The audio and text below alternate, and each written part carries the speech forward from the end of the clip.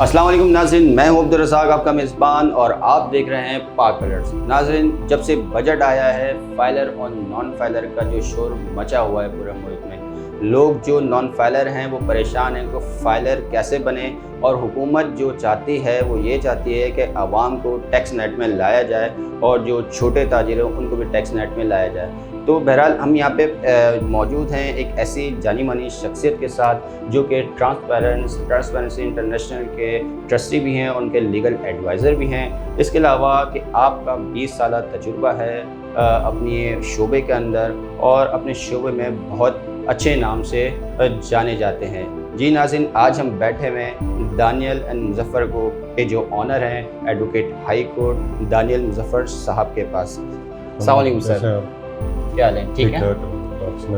आपसे पहला सवाल यही है कि टैक्स देना क्यों ज़रूरी है? देखें जी, टैक्स देना हमारी एक सोशल रिस्पॉन्सिबिलिटी है। अब हम मुसलमान हैं, हमारे ऊपर एक ज़कात लागू होती है।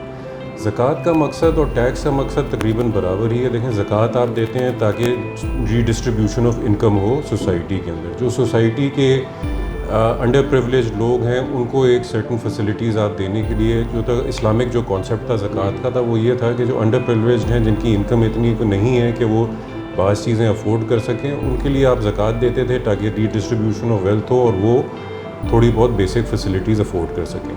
टैक्स का भी यही मकसद है। जो आप इनकम टैक्स देते हैं उसका मकसद ये है कि जो अंडर प्रिविलेज सोसाइटी के लोग हैं उनको सर्टन फैसिलिटीज़ मिल सकें। आप और मैं जो अफोर्ड कर सकते हैं, मेडिकल केयर अफोर्ड कर सकते हैं, ट्रांसपोर्ट अफोर्ड कर सकते हैं, गाड़ी हो, मोटरसाइकिल हो या बेसिक साइकिल हो, तो ये चीज़ें हम अफोर्ड कर सकते हैं। और क्योंकि हमारी इनकम है और हमारे ज़रिए इनकम है, एक ऐसा है कि हम ये सारी चीज़ें अफोर्ड कर सकते हैं। और एक काफ़ी लार्ज सेगमेंट है पाकिस्तान के अंदर जो ये बेसिक फैसिलिटीज़, जो हमारे लिए बेसिक फैसिलिटीज़ समझी जाती, नहीं अफोर्ड कर सकता। अब आप और मैं अगर टैक्स नहीं देंगे तो इदारे जिस तरह जिना अस्पताल है, ये सारे इदारे ऑपरेट नहीं कर पाते, क्योंकि जिना अस्पताल जो है वो आपके और मेरे टैक्स के पैसे पे ही चल रहा है, उसकी अपनी कोई सोर्स ऑफ इनकम नहीं है। वहाँ पे जो डॉक्टर्स उन्होंने अपॉइंट किए हुए हैं जो हुकूमत के हैं, वो भी जो है टैक्स मनी से ही उनकी तनख्वाह जाती है। तो टैक्स आपके लिए और मेरे लिए देना एक सोशल रिस्पॉन्सिबिलिटी है, ताकि एक तबका जो आपकी और मेरी सोसाइटी का है जो ये फैसिलिटीज़ नहीं अफोर्ड कर सकता, उनको ये फैसिलिटीज़ एक्सटेंड की जाएँ, रीडिस्ट्रीब्यूशन ऑफ वेल्थ हो। इसी तरह आप देखेंगे जो टैक्स है वो कई दफ़ा टीयर्ड सिस्टम में आता है। जी सर। आपकी इनकम के मुताबिक आप जो है एक सर्टन डिग्री टैक्स देते हैं। जैसे आपकी इनकम बढ़ती रहती है आपका टैक्स ब्रैकेट भी बढ़ता रहता है। उसका मकसद यही है कि आप जो ज़्यादा अफोर्ड कर सकते हैं, देखें अगर फ्लैट टैक्सेशन सिस्टम होता 20% हम हर किसी पे लागू कर देते हैं। आप लाख रुपए अगर महाना बना रहे हैं, मैं 10 लाख रुपए महाना बना रहा हूँ, उस 20% का इम्पैक्ट आप पे ज़्यादा आएगा, मुझ पे कम आएगा। इसलिए हमने एक टीयर्ड टैक्सेशन सिस्टम कर दिया ताकि जैसे आपकी इनकम बढ़ती रहे उसी तरह आपकी टैक्स लायबिलिटी भी बढ़ती रहे, हुकूमती ख़जाने में वो पैसे आएँ और फिर हुकूमत उस ख़जाने को उस पैसे को इस्तेमाल करे लोगों के वेलफेयर के लिए। लोगों की वेलफेयर के लिए टैक्स को इसलिए देना ज़रूरी है। अब देखा ये गया है कि हमारा जो मुल्क है एक थर्ड वर्ल्ड कंट्री कहलाता है और इसमें जो 60% आवाम है वो गुर्बत की चक्की के तले नीचे मतलब पिसी हुई है। बहुत से डेली वेजेस वाले लोग हैं। अब कुछ लोग ऐसे हैं, कुछ में कुछ शऊर आ गया है तो वो अपने बैंक अकाउंट्स भी खुलवाते हैं, करंट अकाउंट डिपॉजिट जो भी करते हैं।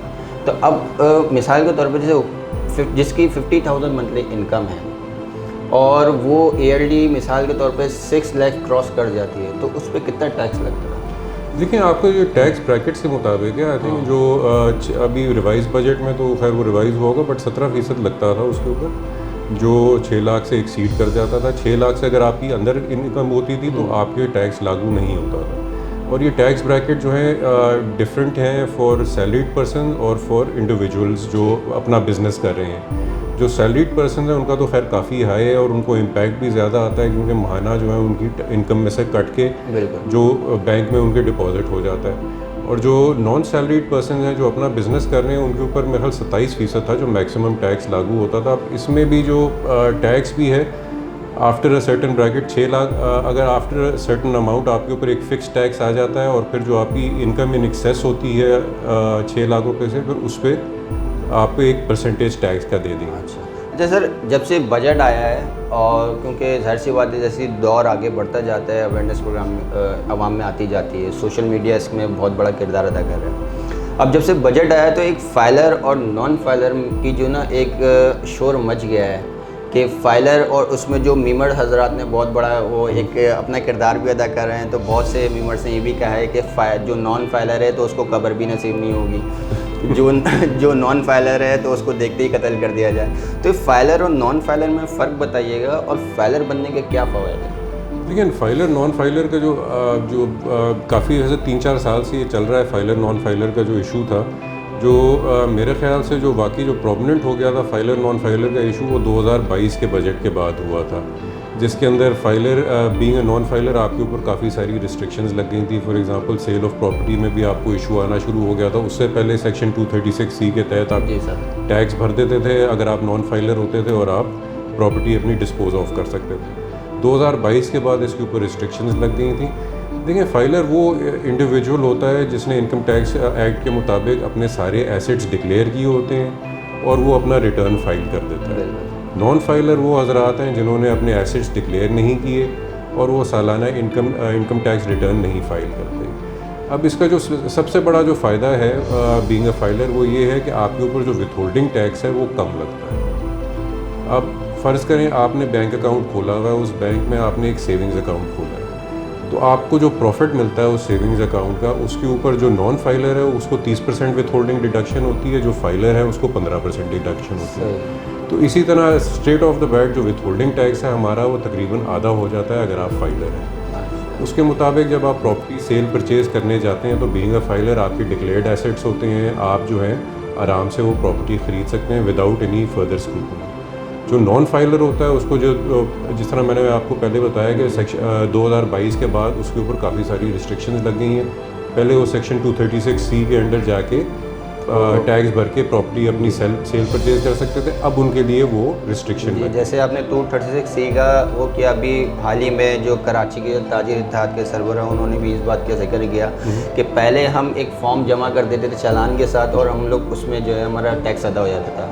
तो इस चीज़ के ख़िलाफ़ अब वो चीज़ मतलब बिल्कुल हटा दी गई है। उन्होंने कहा आपने फाइलर बनना है एनी हाउ, तो उस पर भी उन्होंने काफ़ी एहतिजाज किया है। तो ये तो फाइलर और नॉन फाइलर की बात थी। जैसा आपने प्रॉपर्टी का बताया, प्रॉपर्टी टैक्स, तो मैं आपसे ये पूछना चाहूँगा कि प्रॉपर्टी टैक्स होता क्या है और ये क्यों देना ज़रूरी है? देखिए, प्रॉपर्टी टैक्स वो टैक्स होता है जो आपकी प्रॉपर्टी होती है उसके ऊपर लागू हो जाता है। प्रॉपर्टी ज़मीन हो सकती है, बिल्डिंग हो सकती है, और जनरली ये जो इनकम टैक्स आपको देखें, प्रॉपर्टी टैक्स दो किस्म के होते हैं। एक तो एक आप एनुअल रेंट देते हैं जिस घर में आप रह रहे हैं या जो प्रॉपर्टी आपकी ओन्ड होती है, फॉर एग्जांपल जो आप अपनी लोकल बॉडी को देते हैं, ये पैसे आप अपनी लोकल बॉडी को एक सर्टेन परसेंटेज देते हैं जो एनुअल रेंट का उसका हिसाब होता है, और उससे बेसिकली जो आपकी इंफ्रास्ट्रक्चर की जो चीज़ें हैं उस पर काम होता है। आपकी सूरेज हो गई, आपकी लाइटिंग हो गई, आपकी जो रोडों की मुरम्मत होती है, ये सारे जो पैसे होते हैं ये आपकी लोकल बॉडी इस्तेमाल करती है आपके जो एनुअल प्रॉपर्टी से जो रेंट या जो उसकी टैक्स जो उसने कलेक्ट किया होता है उसको। तो आपके जो लाइट बल्ब जो होते हैं आपकी स्ट्रीट लाइटिंग के लिए जो इस्तेमाल होते हैं वो ख़रीद के रिप्लेस करना, आपकी रोडें बनाना, जो कराची के अंदर आजकल तो खैर रोडें आपको इतनी कोई ख़ास मिलनी नहीं, मगर बहरहाल DHA अगर आप देखेंगे वो तो सारा खुदा हुआ है। DHA में जो अभी नया ड्रेनेज सिस्टम डल रहा है वो आपके और मेरे हमने जो एनुअल टैक्स जमा करवाते हैं CBC को, उससे बनता है। तो ये CBC कलेक्ट करती है आपसे या CDG के आपसे कलेक्ट करती है, और ये फिर आपकी और मेरे बेसिक फैसिलिटीज़ में इस्तेमाल होता है, जो बेसिक सूरेज, वाटर सप्लाई या रोडों की मुरम्मत जो होती है। मतलब ये प्रॉपर्टी टैक्स तो एक इस वजह से देना ज़रूरी है, लेकिन हमें ये लगता हुआ तो नज़र नहीं आता। DHA वाले काम कर रहे हैं, DHA वाले काम कर रहे हैं। देखें, बाकी शहर में भी काम हो रहा है। अनफॉर्चुनेटली आपको पता है पाकिस्तान में जो है अकाउंटेबिलिटी ज़रा लो होती है, तो एक दफ़ा कोई काम हो जाए तो उसके ऊपर कोई चेक और बैलेंस नहीं होता। और दूसरी बात ये कि देखिए, हर चीज़ का एक सर्टेन स्टैंडर्ड होना चाहिए। जब आप एक चीज़ करवाते हैं, स्पेशली जब कोई पब्लिक गुड हो, फॉर एग्जाम्पल जो पब्लिक बेनिफिट के लिए जब आप कोई काम करवाते हैं, फ़र्ज़ करें आप रोड बनाते हैं, तो उसकी एक स्पेसिफिकेशन होनी चाहिए और फिर वो बाद में इन्फोर्स होनी चाहिए। हमारे यहाँ हर चीज़ की स्पेसिफिकेशन तो मौजूद है, कानून है हर चीज़ का, उसकी इन्फोर्समेंट ज़रा सी लैकिंग है। इन्फोर्समेंट नहीं है और चेक एंड बैलेंस भी नहीं है। अच्छा सर, मुझे ये बताएं E7 या 7E टैक्स क्या होता है, और ख़ासकर जो रियल इस्टेट से अफराद जो उनसे जो रिलेट करते हैं वो उनके लिए क्यों अहम है? देखिए, 7E जो आया था ये वंस अगेन 2022 के बजट में इंट्रोड्यूस हुआ था। फाइनेंस एक्ट 2022 के तहत 7E हमारे ऊपर लागू हुआ था। 7E जो कॉन्सेप्ट है वो है डीम्ड इनकम के ऊपर, कि आपने एक प्रॉपर्टी रखी हुई है जिससे बेशक आप कुछ पैसे नहीं कमा रहे। जी। फ़र्ज़ करें आपके पास एक बिल्डिंग है, वो बिल्डिंग आपने किराए पे दी हुई है, उससे आपको इनकम आती है, वो आपने डिक्लेयर की बीइंग अ फाइलर, और उस पर आपने जो भी आपका टैक्स लागू होता है वो आपने पे कर दिया, हमने पे कर वो तो आपकी रियलाइज्ड इनकम जी है। सर। ठीक है जी, जो इनकम आपने एक्चुअली वसूल की उस प्रॉपर्टी से। अब आप फ़र्ज़ करें आपने एक ज़मीन ख़रीद के रखी हुई, उससे आपकी कोई इनकम नहीं आ रही, उस पर ना आपने कोई कारोबार किया, ना आपने कोई उससे बेनिफिट उठाया। जैसे एक वो होती है कि जल्दी पुष्टि है कि हमारी प्रॉपर्टी है, बिल्कुल, उससे हम जल्दी कुछ पुष्टि नहीं हो कर गई, या हमारे यहाँ एक कॉन्सेप्ट है कि हम एज एन इन्वेस्टमेंट ज़मीन खरीद लेते हैं कि यार मेरे पास एक्स्ट्रा पैसे पड़े हैं, मैं इसका क्या करूँ, ये डिवैल्यू हो रही होगा, मतलब डॉलर बढ़ता रहता है उस मुल्क में, हमारी जो करेंसी है वो डिवैल्यू होती रहती है, मैं प्रॉपर्टी खरीद लेता हूँ, ये एक सेफ इन्वेस्टमेंट है, प्रॉपर्टी की वैल्यू तो इस मुल्क में चढ़ती रहती है। बिल्कुल। अब गवर्नमेंट ने 7E के तहत ये कहा कि जी ये जो प्रॉपर्टी है इससे भी आपको इनकम आ सकती है, इसको अगर आप किसी पर्पस के लिए इस्तेमाल करते हैं तो शायद इससे आपको कोई इनकम आ जाती, तो वो है डीम्ड इनकम, कि जी इस प्रॉपर्टी से आपको एक सर्टेन वैल्यू आप या एक सर्टेन इनकम आपको आ सकती है, मतलब ये एक उस इनकम पे इन्होंने टैक्स लगा दिया। ये एक हमारा ऐसा एसेट है जो हमें इन फ्यूचर फ़ायदा देगा। आप इन फ्यूचर एज आपको इस्तेमाल कर सकते हैं। मैं फ़र्ज़ करें आप इसमें फ्यूचर में बिल्डिंग खड़ी कर लें, या अगर ये ज़मीन भी है तो इसकी एक सर्टेन वैल्यू है, उस वैल्यू के ऊपर एक परसेंटेज उन्होंने लगा दी है कि ये आपकी डीम्ड इनकम है, इससे ये इस आप डीम्ड फ़ायदा इनकम पे हमें एनी हाउ टैक्स 7E के तहत देना है। जी बिल्कुल।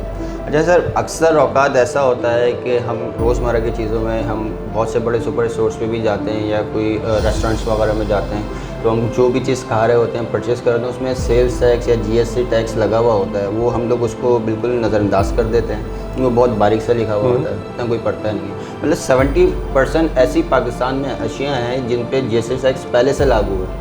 हम आवाम तो वैसे ही इनको ऐसा इतना ज़्यादा टैक्स दे रही है, तो उसके बावजूद ये लोग जो इतना टैक्स लगा रहे हैं, तो ये GST टैक्स किस मद में आएगा कि ये फाइलर और नॉन फाइलर का जो एक मामला चला हुआ है, क्या नॉन फाइलर भी GST टैक्स पे उसमें डबल होगा? क्योंकि नहीं देखिए, GST टैक्स जो है उसका फाइलर नॉन फाइलर से कोई ताल्लुक नहीं है। फाइलर नॉन फाइलर का ताल्लुक है इनकम टैक्स ऑर्डिनेंस 2001 से। GST जो आपसे कलेक्ट होता है वो होता है सेल्स टैक्स एक्ट के तहत, 1990 का जो आपका सेल्स टैक्स एक्ट है उसके तहत आपको सेल्स टैक्स उससे सेल्स टैक्स आपको देना होता है। सेल्स टैक्स आप और मैं पर्सनली तो नहीं किसी रिटर्न को नहीं फाइल करते जिसमें हम कहते हैं कि यार मैंने इस रेस्टोरेंट में इतना खाया या मैंने इस दुकान से इतनी परचेजिंग की तो मैं ये सेल्स टैक्स आपको भर रहा हूँ। सेल्स टैक्स आपको एट सोर्स लग जाता है और वो आपसे कलेक्ट करता है, दुकानदार कलेक्ट करेगा या रेस्टोरेंट आपसे कलेक्ट करेगा, और फॉर दैट पर्पज़ वो जो दुकानदार है या जो रेस्टोरेंट है वो गवर्नमेंट का agent act as a government का एजेंट एक्ट करता है, सही। और वो आपसे अगेंस्ट जब आपको वो कोई गुड्स बेचता है तो उसके अगेंस्ट वो आपसे कलेक्ट कर लेता है। अच्छा, कई लोगों को ये एहसास नहीं है कि जी हमारे ऊपर सेल्स टैक्स लगता है, और वो क्यों नहीं है, वो बिल्कुल जो आपने बात की कि जी देखें जब मैं जाता हूँ दुकान के अंदर मैं सौदा खरीदता हूँ तो उसमें बिल में मेरे ऑलरेडी ऐड होके आ जाता है, जो मुझे टोटल अगला बताता है वो सेल्स टैक्स उसमें इंक्लूडेड होता है। अच्छा, बाय लॉ जो आपकी जो अशिया जो आपकी दुकान पे बेची जाती हैं उनकी जो कीमत लिखी जाती है उसके अंदर ये टैक्सेस वगैरह इंक्लूडेड होने चाहिए। अब ये कितने हद तक हमारे दुकानदार ये इंक्लूड करते हैं, टैक्सेस नहीं करते, वो तो अलग डिबेट है। तो आपको जो इसका टैक्स का जो इम्पैक्ट है वो आपको महसूस नहीं होता, क्योंकि एक तो ये आपको मतलब साल में अलग से आपको देना नहीं पड़ता, जो आप चीज़ें खरीदते हैं उसके अंदर ये इम्पैक्ट इंक्लूडेड होता है। एग्जैक्टली। अच्छा सर, एक इस चीज़ से एक जहन में एक सवाल ये आया कि अक्सर हम दुकानों पे जाते हैं या बड़े बड़े मार्ट्स में देखते हैं कोई एक सेल लगी होती है 99.99%, तो ये क्या लॉजिक है कि 99 ही क्यों? क्या ये टैक्स से बचने के लिए 1% को इस तरीके से इसको दिखाते हैं? नहीं, मेरे ख्याल ये टैक्स से बचने के लिए तो ऐसी कोई बात नहीं है, क्योंकि देखें जब आप दुकान में जाते हैं आप परचेज़ करते हैं तो आप पे जो टैक्स लगता है वो सेल्स टैक्स लगता है, और सेल्स टैक्स की एक एग्जेम्पशन है, बाज़ चीज़ों पे वो सेल्स टैक्स नहीं लागू होता, जिस तरह मेडिकल गुड्स हैं, दवाइयाँ एक्सेट्रा, उसके ऊपर आपको सेल्स टैक्स नहीं देना पड़ता। उसके अलावा जो बाकी चीज़ें हैं उस पर तो आप सेल्स टैक्स देंगे। अब आप गोश्त की दुकान पे जाएंगे, आप उनसे अगर आप गोश्त खरीदेंगे तो उस पर सेल्स टैक्स आपको नहीं लगेगा, मगर अगर आप पोल्ट्री का सामान खरीदेंगे, मतलब चिकन अगर आप ख़रीदते हैं तो उस पर आपको सेल्स टैक्स का इम्पैक्ट आ जाता है।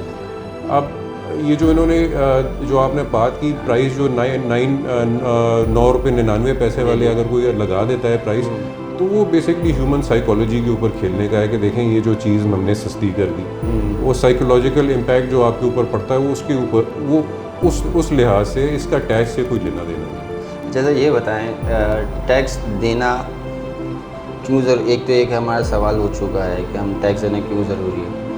टैक्स ना देना क्या जुर्म है, और अगर जुर्म है तो इस पर गवर्नमेंट ऑफ पाकिस्तान ने क्या सज़ा दी है या कोई जुर्माने लगाया है, तो और इसको किस तरीके से FBI कंट्रोल किया? देखिए, आपको बड़ा अच्छा सवाल है।